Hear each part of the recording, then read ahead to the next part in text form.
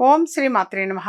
ఇప్పుడు తెలియజేసే అంశము దృష్టి దోషము అనేది తగిలి మీ కుటుంబంలో ఏ వ్యక్తి అయినా సరే దానికి బలైపోవటం అని అంటారు. అంటే దృష్టి దోషం వల్ల సకల బాధలు, అన్ని రకాల బాధలు యథార్థంగా ఆ దృష్టి దోషం అనేది అంత భయంకరమైనటువంటిది.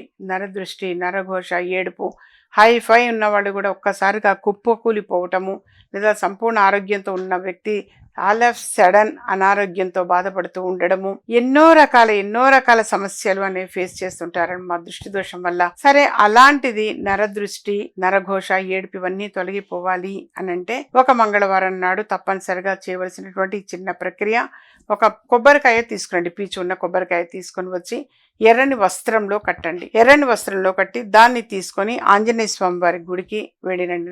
ఆంజనేయ స్వామి గుడికి తీసుకొని వెళ్ళి అక్కడ పాదాల దగ్గర పెట్టమనండి. ఆ పంతులు గారు పెడతారు. పాదాల దగ్గర పెట్టాక మళ్ళీ రిటర్న్ తీసుకొని రండి. రిటర్న్ తీసుకొని వచ్చి ఏ వ్యక్తికి అయితే దిష్టి తగిలింది అని బాధపడుతూ ఉంటారో ఆ వ్యక్తికి ఒక 7 సార్లు పైనుంచికి కిందకి దిగదుడుపు అని అంటాము. దిష్టి తీసేసి పీచు ఉన్న కొబ్బరికాయ విత్ రెడ్ క్లాత్ లో కట్టమన్నాం కదా, రెడ్ క్లాత్ లో కట్టి ఎరుపు వస్త్రంలో కట్టినటువంటి కొబ్బరికాయని అలాగే తీసుకొని వెళ్ళి పారే నీటిలో వదిలేసి వచ్చేసేయండి. ఈ విధంగా ఒక మంగళవారం చేస్తే చాలు. కానీ అడపా అప్పుడప్పుడు మీరు చేస్తూ ఉంటే చాలా చాలా మంచిది. సంపూర్ణ ఆరోగ్యంగా ఉండగలుగుతారు. దృష్టి దోషము అనేటువంటిది మొత్తం కూడా పటాపంచలైపోతుంది.